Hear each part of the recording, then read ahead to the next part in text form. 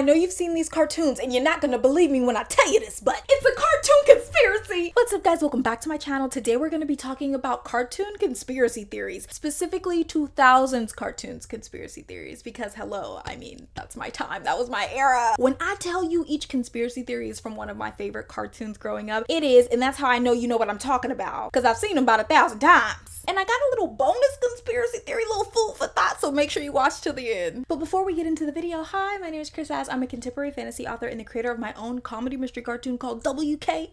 The pilot's out now, so go check that out. We're almost at 10K views. Let's get it, let's go. Now let me start off strong with our first cartoon conspiracy theory. I'm going SpongeBob for this, stick with me. And the character in SpongeBob I'm talking about is none other than Mrs. Puff. Mrs. Puff got secrets, she's choking on secrets and lies. Whoa, wait, let me back up. Now, do you remember that SpongeBob episode when Mr. Krabs wanted to date Mrs. Puff? And he was like, "Ew." He was so smitten by her and wanted to date her. Okay, yeah, cool. I'm talking about that episode. Mr. Krabs asked SpongeBob what happened to Mr. Puff, and then it cut scene to like a makeshift light looking like a puff fish, gutted out and made into a lamp.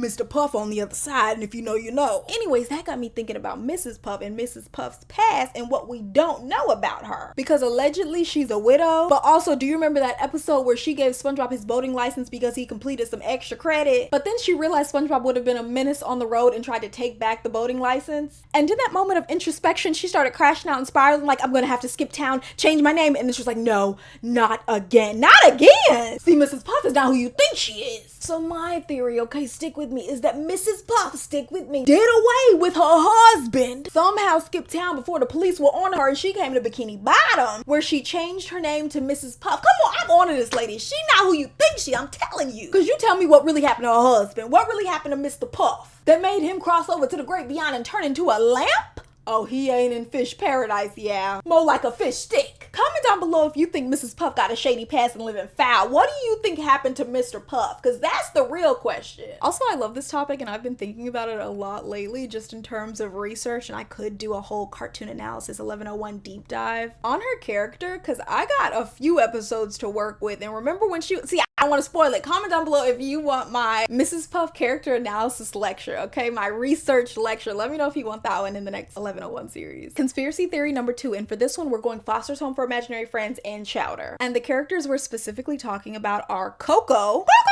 and Schnitzel. But okay, just like how I demonstrated, you know how they speak gibberish? Honestly, this might apply to other 2000s cartoons, but I don't know, so I'm just gonna specifically speak on Schnitzel and Coco. But like, they speak gibberish and they seem to be super mature characters. For example, remember I did a Foster's Home for Imaginary Friends analysis? Go check that out if you haven't already. And in that episode, Coco obviously spoke Coco, but Mac was translating what she was saying and something about a retirement home and how she had these adult problems and things going on. I really think Coco was taking care of a family of 6. Timeshare, vacation homes, all the 9 yards. And how does this pertain to her gibberish? I think that the creators of these cartoons purposely make the characters speak gibberish to make them digestible to a younger audience because they are so adult or so mature. Because think about it, when Matt got Coco fired and Coco crashed out like Coco, one, it wouldn't have been as funny because her gibberish is hilarious. But also two, if Coco did mention the timeshare and vacation home stuff, I just don't think that it would have been digestible for a younger audience. They wouldn't have really liked her character as much if she just spoke English and not Coco language. But same with Schnitzel, he has his very mature moments and then one of the other characters will translate what he's saying, and I just feel like they're speaking adult, they're speaking mature language that as adults we can fill in the gaps, but as a kid we just thought it was funny, like vocal stems. Comment down below your favorite character from a cartoon who speaks gibberish. Cartoon conspiracy number 3. Johnny from Ed, Edd n Eddy, and Johnny is not fooling me. Yeah, let's get into it because he's using plank.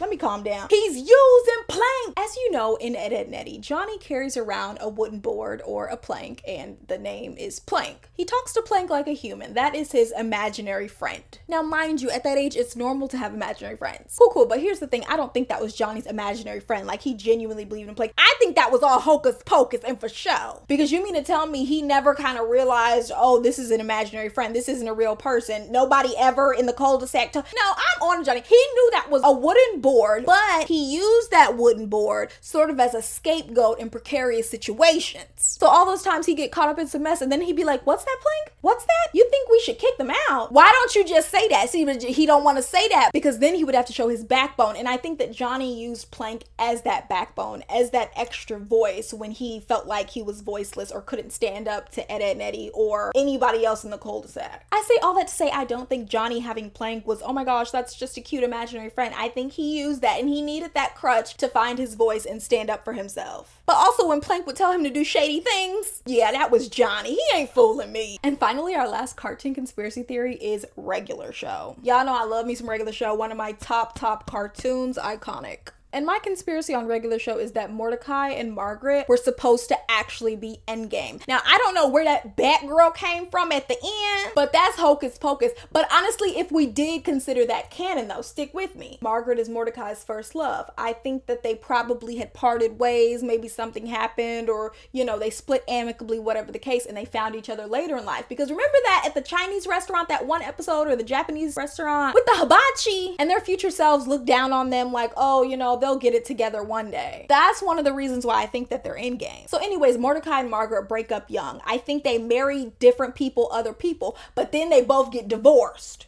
Stick with me. Years later, when all the kids are out of the house, they finally reconnect and find each other, and that's Endgame. Mordecai and Margaret are supposed to be together. Do you see the vision? Because I refuse to believe he ends up with some Batgirl. When at the Japanese restaurant with the hibachi, we seen their future selves. Why? We gotta factor in that episode. Comment down below why you think that episode was in there if he ends up with a Batgirl. But that's all the time we have for today's video. Hit that like button and subscribe for more cartoon videos from yours truly. Of course, follow me on Instagram, Threads, TikTok, and Facebook. And shout out to my iconic Patreon members who make making these videos possible. Demetrius in the building, then we got Amar, then we got Kelly, then we got Collins. Everybody's so iconic. Driving in a fast lane, iconic. Join the Patreon so I can rap your name in the next one, iconic. Hey! Oh, and the last cartoon conspiracy I wanted to mention real quick was about Patrick. Because if you haven't already seen my SpongeBob analysis deep dive on him being a trust fund baby, we know how SpongeBob gets his money. But how is Patrick sustaining himself and living in that rock? A lot of people commented their theories on my viral SpongeBob TikTok video, but I'm going on the record and I'm saying Patrick is getting the military disability checks. Comment down below your theory and see you in the next one. Bye!